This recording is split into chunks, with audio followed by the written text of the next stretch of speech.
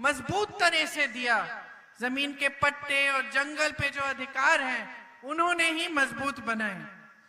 आपका तो वैसे भी जो इतिहास है उस पर आपको बहुत गर्व होना चाहिए। पूरा देश का गौरव है।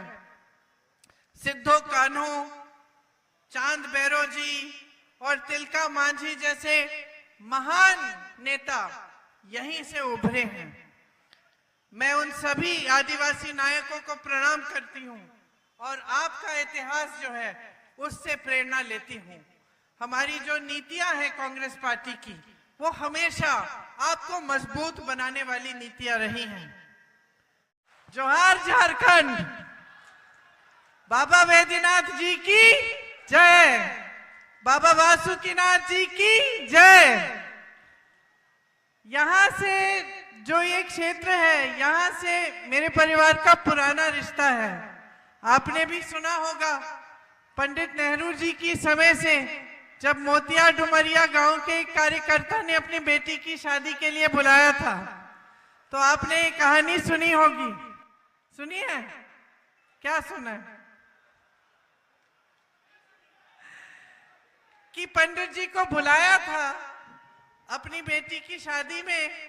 उस समय बहुत दिन लगते थे पत्र को पहुंचने में, तो पता नहीं वो पत्र पहुंचा था कि नहीं, लेकिन ऊपर से एक हवाई जहाज जा रहा था तो सबने सोचा शायद पंडित जी आ रहे हैं। उस समय शायद पंडित जी नहीं आए, लेकिन आज मैं आ गई हूं उनकी जगह में, बहुत सालों बाद। इंदिरा जी के दिल में बाबा वैद्यनाथ जी के लिए बहुत श्रद्धा थी और आपके पूरे समुदाय के लिए बहुत श्रद्धा थी। मुझे याद है जब मैं छोटी थी तो एक बार मेरे माता पिता 10-15 दिन के लिए बाहर चले गए थे कहीं घूमने, तो मैं अपनी दादी जी के कमरे में सोती थी और रोज रात को वो मुझे सुलाने से पहले कहानी सुनाती थी। और उनकी एक सबसे उनको जो पसंद थी वो किताब थी, एक आदिवासी मछुआरे की कहानी थी। और हमको हर रोज रात को मुझे वो कहानी सुनाती थी और सुनाते सुनाते मुझे आपकी संस्कृति के बारे में सिखाती थी। कहती थी कि किस तरह से आप पेड़ों के पौधों की एकदम अच्छी तरह से आप किस तरह से देखभाल करते हैं। बताती थी कि कैसे आपकी संस्कृति में जंगलों और नहरों और नदियों का आदर होता है। बताती थी कि कैसे आप जिस तरह पूजते हैं पूरी प्रकृति को और जिस तरह से आप प्रकृति को कभी खराब नहीं करते, हमेशा उसका देखभाल, उसका रखवाला करते हैं, ये समझाती थी। और मुझे लगता था उस समय जब मैं छोटी थी कि उनके दिल में आपके प्रति बहुत ही श्रद्धा थी।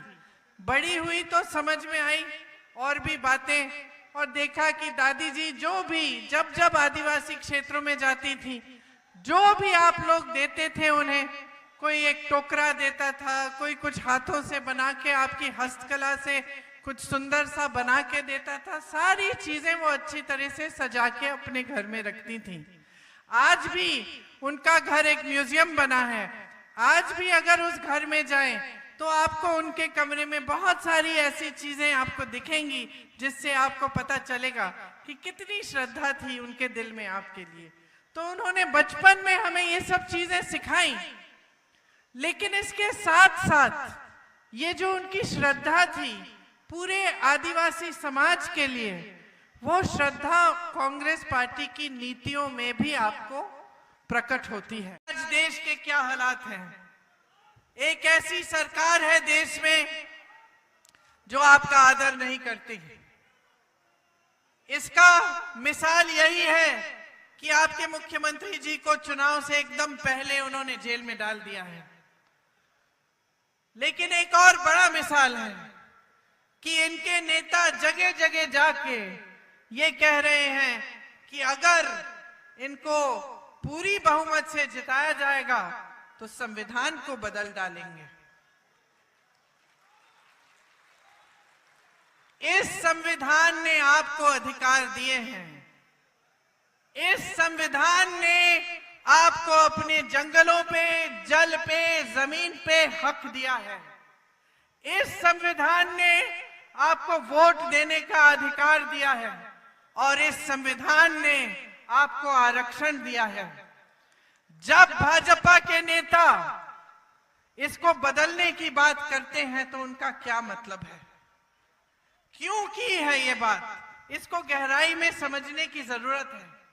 शुरू में इनके कुछ प्रत्याशियों ने ऐसा कह दिया अपने अपने सांसदीय क्षेत्र में या जहां से चुनाव लड़ रहे थे वहां से, ऐसा कह दिया कि हमें 400 सीट दीजिए, हम संविधान बदल डालेंगे।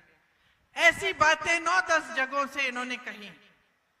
उसके बाद इनको लगा कि इसको कहने से, इतनी खुली तरह से कहने से शायद नुकसान ना हो जाए, तो मोदी जी चुनाव के मंचों पर आकर मना करने लगे कि नहीं नहीं, हम संविधान को नहीं बदलेंगे।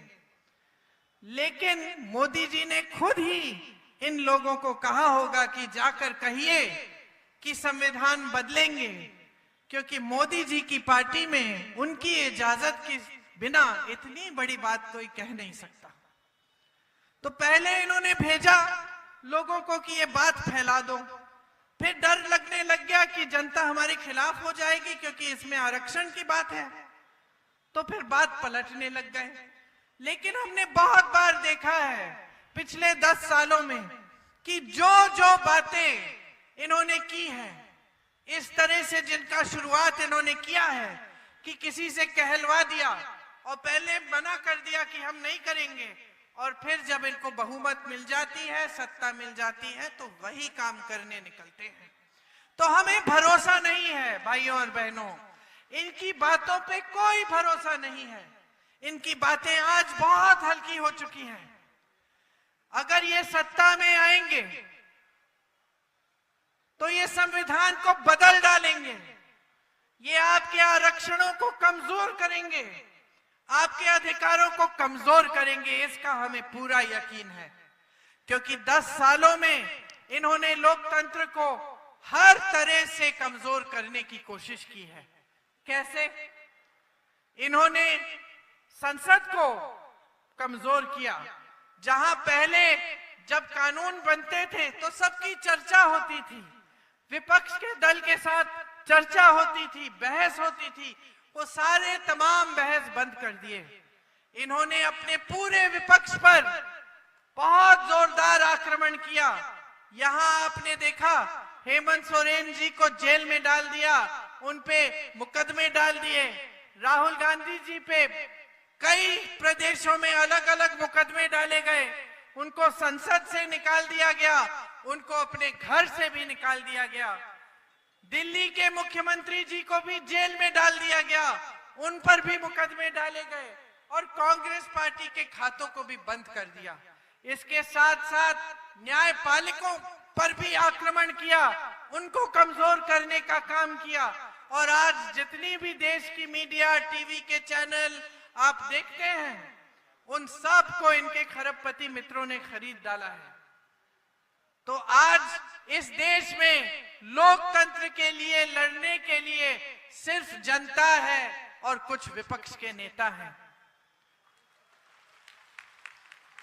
हम आपकी लड़ाई लड़ रहे हैं, कुछ भी हो जाएगा, हम इनको संविधान बदलने नहीं देंगे, आपके आरक्षणों को कमजोर नहीं होने देंगे, आपके अधिकारों को कमजोर नहीं होने देंगे। इंदिरा गांधी से लेकर आज तक हमारे सारे नेताओं ने आपको मजबूत करने का काम किया है। आपकी संस्कृति को बचाने की लड़ाई हमारी लड़ाई है, हम इस लड़ाई को लड़ेंगे।